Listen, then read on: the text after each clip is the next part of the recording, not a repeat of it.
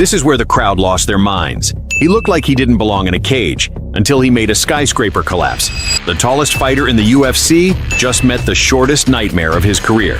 Stefan Struve, 7 feet tall with 84.5 inches of reach. At just 22 years old, he was already a veteran of 26 professional fights. Long-limbed, dangerous on the ground, and fearless enough to share the cage with legends. He looked like he was built in a lab to dominate.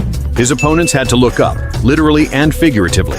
And when he spoke in interviews, the mic had to reach for the sky. But that night, across from him, stood Roy Nelson, a short, stocky guy with a mullet and a gut, 12 inches shorter. To most, it looked like a mismatch, a backyard brawler thrown to the wolves.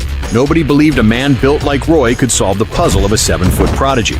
He was supposed to be target practice, but under that round frame hid a granite chin, a nuclear overhand right, and black belt jiu-jitsu skills that could strangle you before you blinked. Roy wasn't built for beauty. He was built for chaos.